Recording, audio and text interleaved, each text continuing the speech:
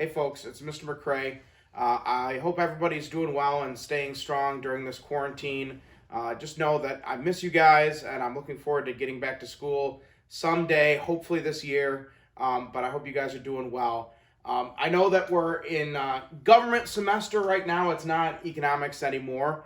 But I know that something that's been causing a lot of anxiety is the performance of the economy and how we've seen there's been some fluctuations, especially in the stock market over the last few weeks. So I thought I would do a little mini lesson here on the coronavirus and the economy and how the coronavirus and the current crisis is impacting the economy and why those things are taking place. And hopefully I can kind of give you some clarity of what's going on and how things might play out. You know, economics is kind of a shaky science. We're kind of looking through a glass darkly. It's dangerous to make predictions, but I hope I can at least kind of show you the different ways that things might go. A lot of the stuff that's going on in the economy right now goes back to your basic supply and demand functions. And so hopefully if you've been in economics, this graph should be very familiar to you. You've got the demand curve here illustrated in red, the supply curve here illustrated in blue, with price on the y-axis and quantity on the x-axis. And what this shows us is that as the price goes up, the quantity that is demanded goes down. So this makes sense, right? As something becomes more expensive, people become less willing to buy more of it. However, for businesses, the supply side, as price goes up, the quantity supplied goes up. If something becomes higher priced, businesses will be more willing to supply that good. And then where the two lines meet, we call that the point of equilibrium, right? This is the point at which the market clears, demand equals supply at a price, you know, whatever that price might be. And the phone has fallen. Thank you, Claudius. Just a moment while we repair that. But as we put the phone back up, just understand that this is how the market works. This should be a review for anyone who's been in economics. Really, when we're talking about coronavirus, we're going to be talking about things that are on the demand side. There are supply side effects, but most of the fluctuations we've seen in the economy have to do with demand, the shift in the demand curve or anticipated shifts in the demand curve. Because remember, to some extent, the market is predictive. It predicts what it thinks people are going to do. So let's remember the three things that can shift a demand curve. There's three main causes of shifts in demand curves, and they have to do if there's a change in population. Greater population means more demand. Smaller population means less demand. At least so far, the coronavirus hasn't changed the population enough to really change the demand. Knock on wood that it doesn't, right? The next two areas are kind of where we're thinking the shift might be. A change in popularity. How much do people want to or are willing to buy a given product? In some cases, a product might be very popular. People want to buy it, but sometimes that popularity is short-lived. Other products are more enduring. We've been selling sliced bread for like 70 years now. It seems to be pretty popular. And so that can shift with different conditions. And of course, a change in income. People who have more money will buy more stuff. People who have less money will buy less stuff. What we're going to talk about first is a change in popularity, because I think that's definitely occurring, and I can show you some really concrete examples of how it is. Secondly, we're going to at least hypothesize about a change in income. Is the income of people in the economy changing a lot, a little, or not at all? And we'll see where that's going to go. It's not really clear yet. So first of all, with popularity, there are actually some winners.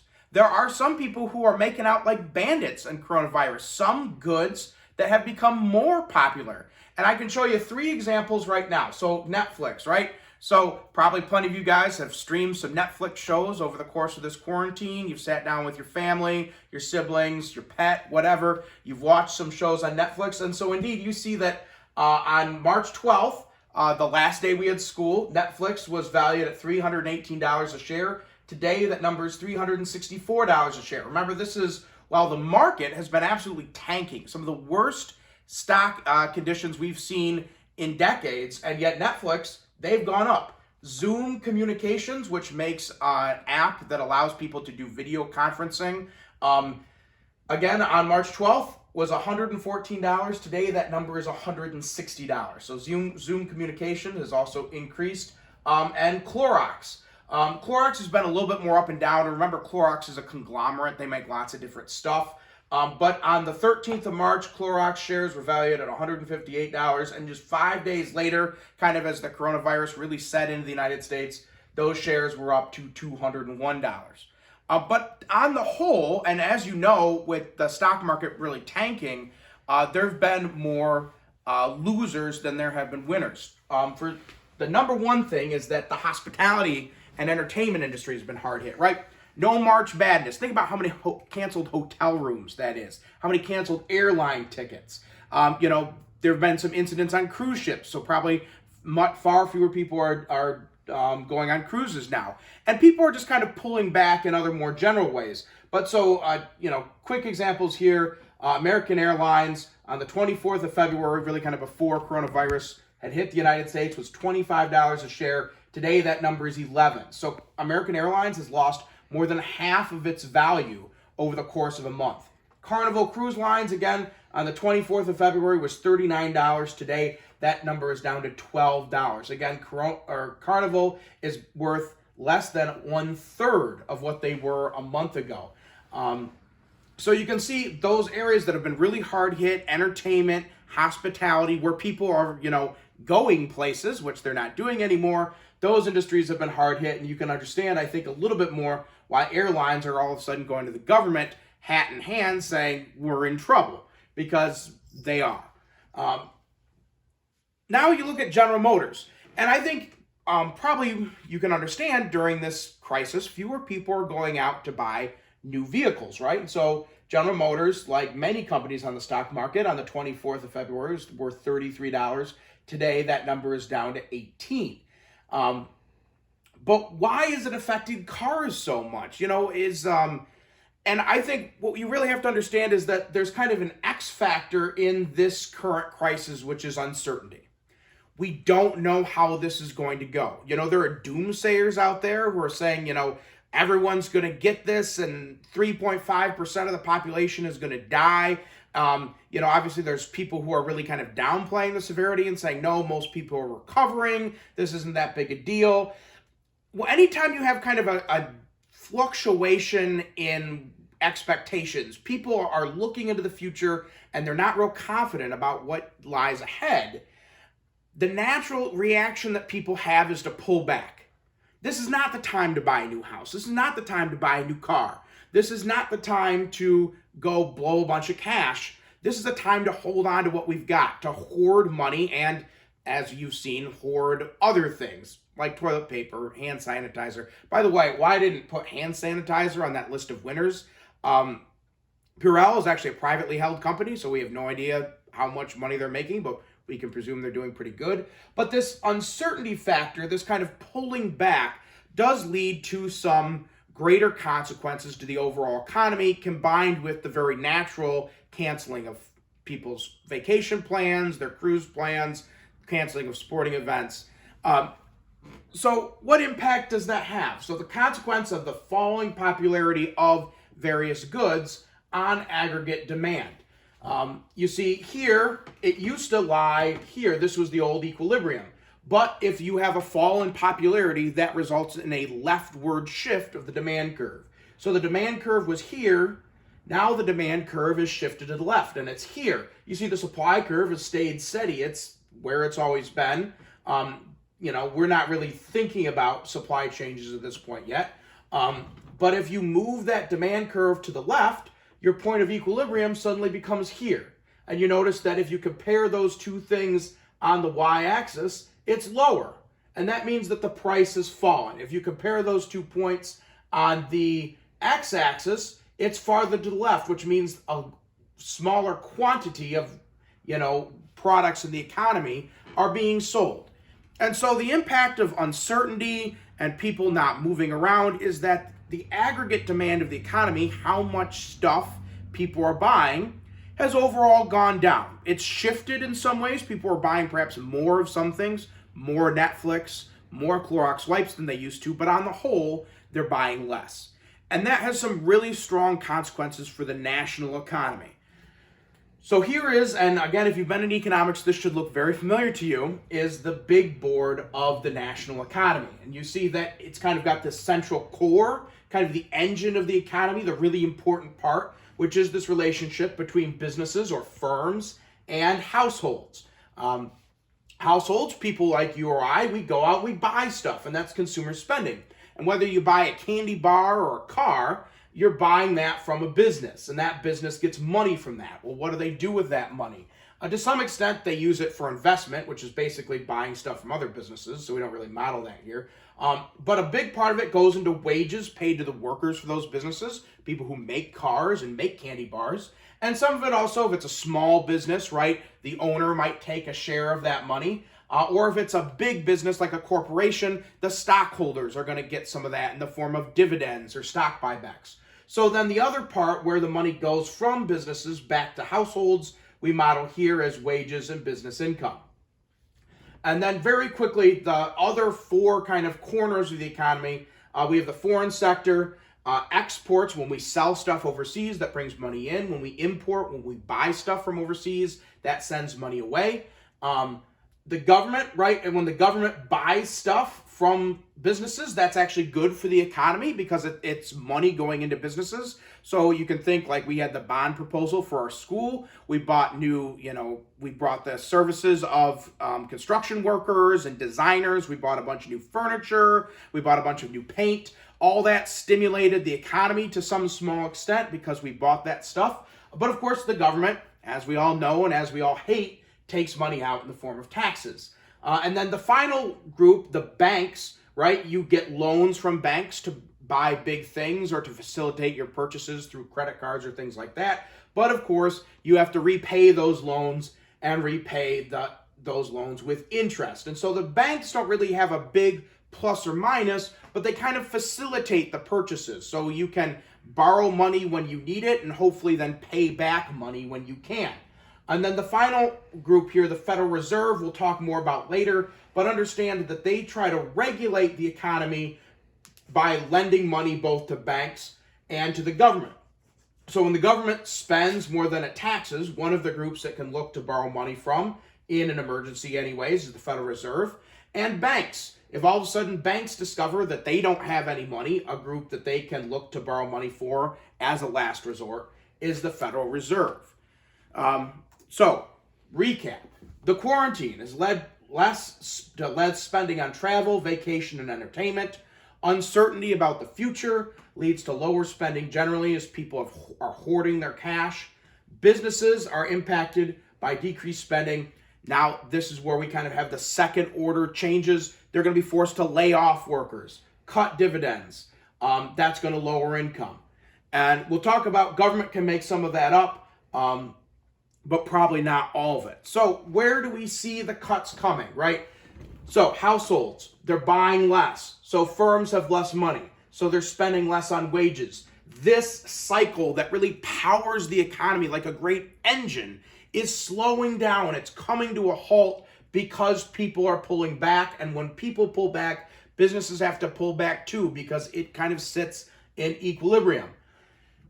The government can make some of this up. The government can inject more money into the economy. We've seen that at the state level as they've lowered the standard for qualifying for unemployment. So if people do get laid off, they can get unemployment more easily than they could in the past. And perhaps at the federal level, we're seeing them currently, and it hasn't been passed yet, but it's been considered a big stimulus package to put some money into the economy for small business and families so that they have some money in their pockets to try to use to ride this out.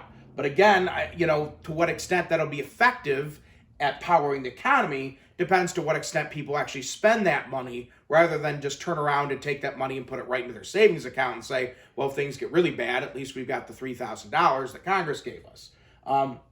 So that's one area where the government can kind of try to make some of this up, but they probably can't make up all of it. One thing, and then so we're going to kind of switch gears and talk more about the banks and stuff, because this is one thing that I know has come up, and people have had a reaction to it. So as part of the consideration for the stimulus package, A lot of news organizations publish this headline: Federal Reserve to lend an additional $1 trillion a day to large banks. A lot of people got really angry about this. You see, I've got my angry react crowd here. They're going after the chairman here. Why? And people are saying like, oh, well, imagine what we could do if we had $1 trillion a day. You know, why is the government blowing this money on big banks when it could, you know, spend that money in other ways? Well, one thing to remember is that the Federal Reserve's money is not necessarily the government's money. The Federal Reserve operates in kind of a quasi-governmental role. Yes, they're part of the government, but they're not really controlled by the government, if that makes any sense. Secondly, this is a loan. When the Federal Reserve lends this money to banks, it is very much hoping to be paid back. Not today, maybe not next month, but over the course of the next several years, the Federal Reserve will anticipate getting this money paid back to it. And finally, this is the Federal Reserve says it will lend, or it's expressing a willingness to lend. That does not necessarily mean that it will be lending that amount. But why is it doing this? Why does the Federal Reserve loan money to banks at all? And so that gets us to our final kind of topic, which is kind of the interconnected web of banking and how it impacts all of us. And so really banking rests in kind of this web of interconnectivity. Close to the center, you have large financial banks. These are the largest financial firms in the United States. And they don't do a whole lot of lending to you or I or to other kind of people on the street. Most of their activity takes place with other banks, where they actually lend money to banks. And banks, believe it or not, because they have to have a lot of cash on hand, lend and borrow a lot of money between themselves, sometimes on as short as overnight. You know, you'll hear banks say, we're going to take out an overnight loan for $10 billion just so we have this money on hand. We'll pay it back to you tomorrow morning. This kind of interbank lending is actually really important to keeping banks stable so that people know that banks have money. So those large banks then provide financing to regional commercial banks. And these are the banks that we interact with. And we interact with them in some basic ways. But one of the basic ways is that we take out loans for, again, housing, banks, cars. You know, if you have a credit card, you're going to go and you're going to usually get that from a banker, you know, either your bank or some other bank. And so there's kind of two categories you can be in. You can either be someone who's paying back a loan, or you can be someone who's looking to borrow money from the bank. The problem with where coronavirus comes in is when these the payer business or the payer household stop doing that, right? Let's say the payer household, the person whose job is paying for this loan for their new house, they just got laid off because their business is shutting down for the coronavirus. Well, now they don't have money to pay this anymore, so they stop. Well, if enough people do that, all of a sudden the bank was expecting to get all this money in, and it's like, oh no, what do we do? And so one of the things that they might do is they might say, hey, large financial bank, I know we owe you a lot of money, but we ain't got it. We cannot pay our loan back. If enough of the little banks that the large financial bank lent to, then suddenly that large financial bank starts to look pretty shaky as well. And the banks that lend to it, and there are other large financial banks that would lend to this one, start to look at that large financial bank and say, we don't really want to loan money. One, because we don't know if you can repay it. And two, because we're probably suffering from the same problems and can't afford to lend our money out at the moment. When that happens, all of a sudden, all these lines of lending start to draw back. And every bank is on its own, survival of the fittest. And one by one, the weaker banks will start to collapse. But you can imagine that this starts to be bad down the line. If you're this regional commercial bank and maybe you don't have any problems, your people are paying their loans back just fine, but you relied on this large financial bank for your interbank lending, and all of a sudden it closes because of problems it had with its other banks that it deals with. Now all of a sudden you're in trouble and you don't have a source of credit, and all of a sudden now, while you were a diligent financial operator, you're in a lot of trouble. And when banks start to close down, that's going to mean that, possibly you could lose savings. Now, the Federal Deposit Insurance Corporation insures some of that, but not necessarily all of it. It also means that if you're someone looking to borrow money, either a household or a business, all of a sudden that stops being an option for you, that your ability to get credit is reduced. And that is really harmful, especially businesses. Oftentimes they need to borrow money on a short-term basis, and when they can't, that really inhibits the ability of them to do business. And what goes from, oh, this was a minor shutdown, all of a sudden, just in the matter of a few weeks, has become the whole economy is kind of teetering here. So how do we stop this? This is why we created the Federal Reserve. The Federal Reserve is supposed to be the lender of last resort. When this large financial bank, because of problems it might have down the line, all of a sudden is teetering and no one wants to lend it money, and it's like, if we don't get some money, we're in trouble because we owe people money and we don't have it, the Federal Reserve can step in and lend money to that large financial bank and say, hey, you're in trouble. Here's here's $10 billion. Pay it back when you can, but this will keep you in business for the time being. And again, that might seem really unfair because that large financial bank is about to go out of business and it just got saved by the government. Why doesn't, the auto shop down the street get saved by the government when, they haven't done anything wrong and they're just hurt by the fact that people aren't getting their cars repaired right now. But again, by saving this large financial bank, you're saving these regional commercial banks, and then you're also saving the businesses that borrow money from them, and also, to some extent, the people who just do their daily banking there.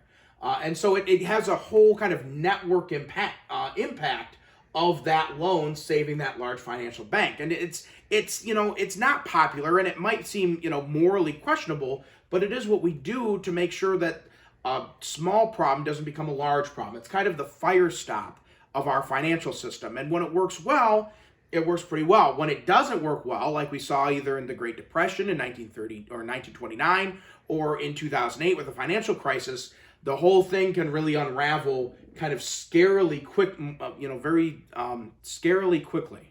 Yes. So that leads us to the final question, which is, okay, so the crisis ends. Will things get better at that point, or is this going to cause a longer term recession?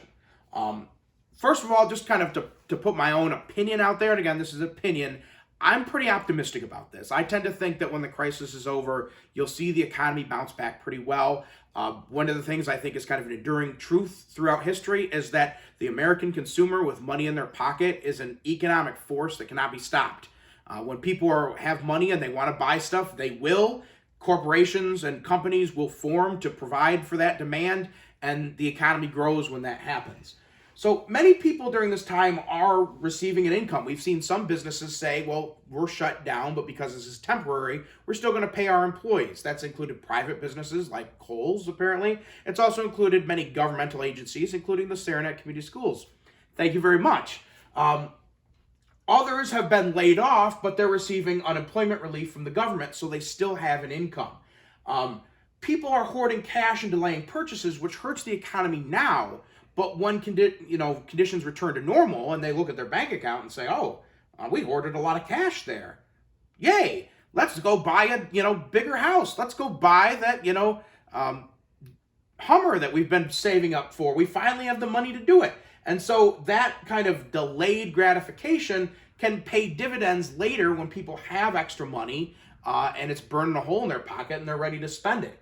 So if after the crisis people have money and they want to make purchases and demand recovers quickly, I think the economy will recover quickly as well. So I tend to be on the left side of this. But let me give you a darker, more pessimistic view, which is that many small businesses don't have the cash on hand to survive a long closure. I was reading yesterday that most businesses might only have 2 or 3 days worth of operational cash on hand. If they are not getting business, they'll shut down permanently. This won't be temporary. They'll just be done.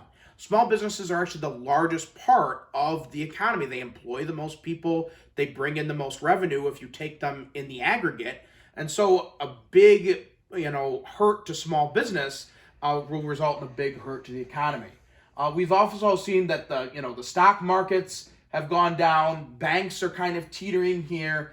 And if that continues, then we can expect that interest rates may go up, lending will be restricted, corporations won't be able to borrow against their assets because their asset prices will be reduced. And so just the ability of the economy to kind of reinflate will be inhibited by, the kind of uncertain conditions in the financial market. And if the crisis lasts longer than expected, if this goes into late July or into August, and we're still talking about coronavirus quarantines, and that uncertainty remains, demand may stay low for an extended period. And at that point, it's really not, we really will be looking at a financial crisis, an economic crisis, in addition to a public health one. Hopefully that's not true. Hopefully the left side is true, but there are kind of the two options out there. I hope you enjoyed this lecture. I'm hoping to make another one on the governmental response to the coronavirus and the different ways that different agencies of government at different levels and different branches are interacting. So look for that to come in the next few days. And again, hopefully you guys are staying strong, staying healthy, and I'll see you guys soon. Take care.